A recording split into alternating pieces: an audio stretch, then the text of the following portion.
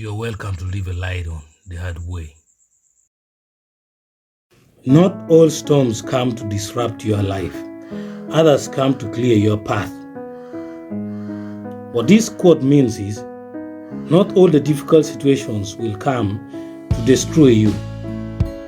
But there are some difficult situations that come to open up your eyes to know that who can stand by my side during difficult times? Who can stand by me during hard times? And also,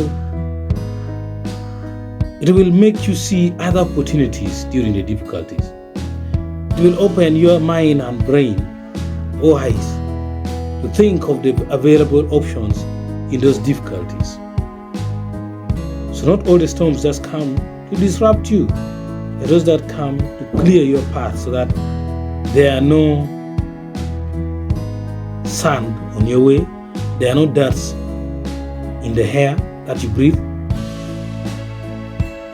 The roads that you walk in are wide open and